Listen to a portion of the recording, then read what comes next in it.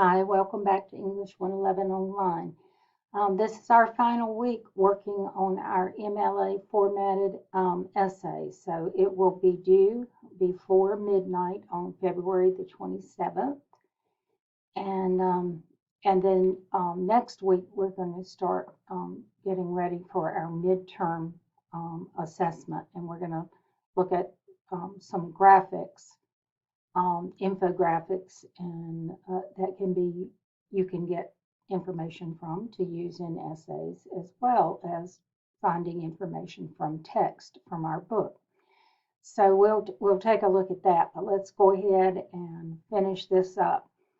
Last week you were supposed to get your rough draft together and submit it to Smart Thinking, or make an appointment with the English Studio to get their feedback, from something that they could help you with. I think it's a good idea to have a third party take a look at this. I've been helping you with it. I've made some comments on your introduction paragraphs.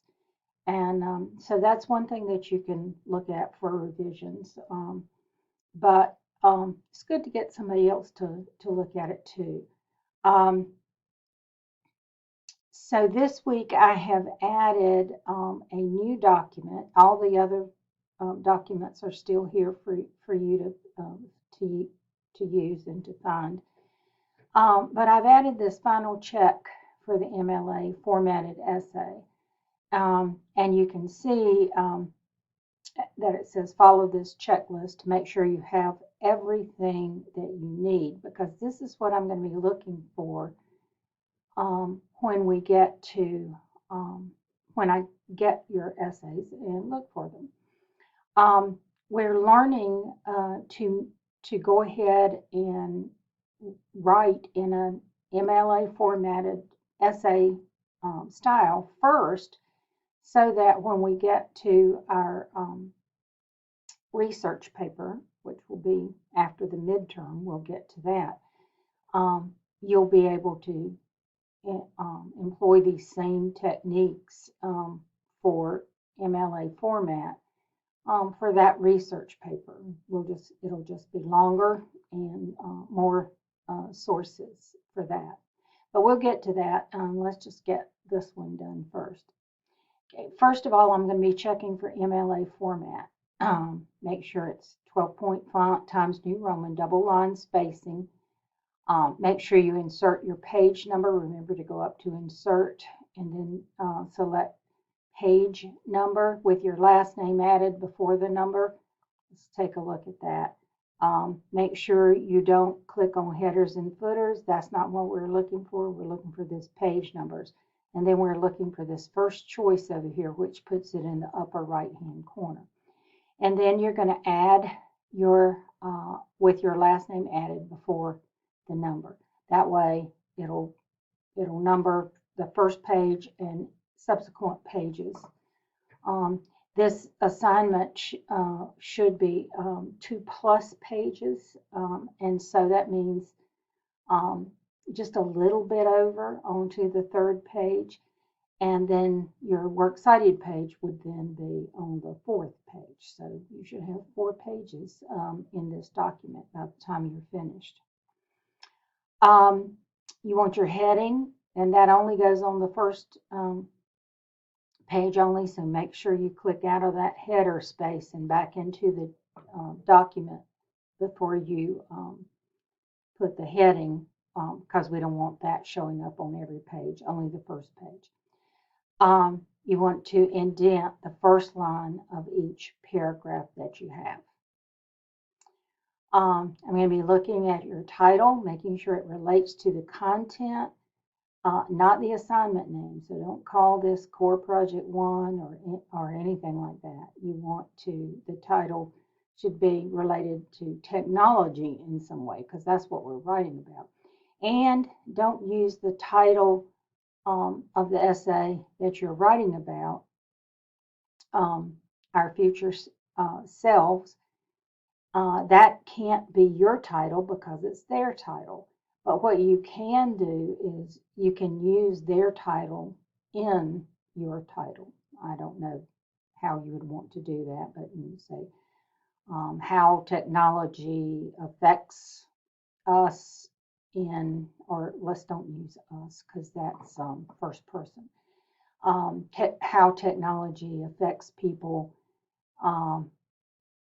according to our future selves. And then, of course, if we use our future selves, we put that in quotation marks. But you can just make up your own title, make sure it's related to your content, and make sure that it's centered. And then make sure that you go back over to the left margin before you start writing your paragraphs, because, of course, everything will end up centered if you don't do that. All right, so after the title, back to the left margin is your introduction paragraph. Remember again to indent the first line of each paragraph. So we're going to indent that one. We need an attention getter. I suggested you use a quotation from our future selves that you could get people's attention with. Introduce the authors by the first and last name and the title of the essay. Let's put an S on that because there are two authors for this one. A short summary of the essay so that your reader will know what you're talking about, because that your audience, which is anybody that would pick it up and read it, does not know what we've been reading and discussing. So the short summary of the essay. And then ending with your thesis statement that makes a claim that technology has affected the way we think, or the way we live, or the way we interact with others, and two specific ways that it has affected one of these categories, the way we think, the way we live, or the way we interact with others. You're going to mention them specifically because they're going to be the topics of your body paragraphs. Now, I wrote a sample introduction paragraph, and I shared that document with you through an email attachment, but it's also on the Moodle page. And I don't mind if you want to use the same attention getter that I used. Just use mine for a pattern of how your introduction should be. I don't mind if you use that same attention getter. I thought it was pretty good, but you might have found something even better. All right, then after you finished, ended with your thesis statement, it's always the last sentence in the paragraph, then you're ready to write your body paragraphs. Your first body paragraph, we got to indent again your topic sentence, which will mention the first way that you mentioned up here in your thesis statement. Then you're going to give an explanation of how the technology you are mentioning affects people. I guess I shouldn't say us, because I want to keep this in third person. Affects people. And then evidence from the text of the essay preceded by a signal phrase or attributive tag that backs up what you're saying. I had spoken before about icing your quotations, your material that you get from the text. Introduce it with a signal phrase, and then do your proper citation at the end, the parenthetical citation. And for that, if you can just remember, if it's a quotation, you're going to go with your quote pair punk. Oops. And if you and if it's not a quotation, it still needs the parentheses with your page number in it and the end punctuation. So it'll just become the pair punk for those that are not direct quotations. And more explanation of how the evidence shows that technology is affecting people. All right, and then in other words, bring it back and tie it in with your claim that you're making in your thesis statement. Then you're ready to go on to the next body paragraph. You're going to do the same thing with that body paragraph, starting with a topic sentence that mentions the second thing that you mentioned up here in your thesis statement. And you're going to develop that paragraph the same way. Now, if you can give more than one bit of evidence from the text to back you up on what you're saying. So each time, though, that you use evidence from the text, you need a signal phrase, you need to properly cite it, which page it was on, and you need to follow it with more commentary. ICE, ICE, introduce, cite, explain. Okay, and once you're finished with your second body paragraph, you only have to have two. If you mention three things and you want to write 3 body paragraphs, you certainly can do that. So you would do it for as many body paragraphs as you have.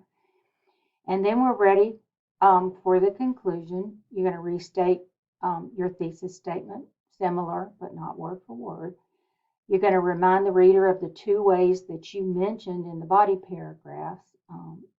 Make one sentence for each of the 2 points. Just remind them. You're not going to bring in your evidence and everything again. You're just going to remind them.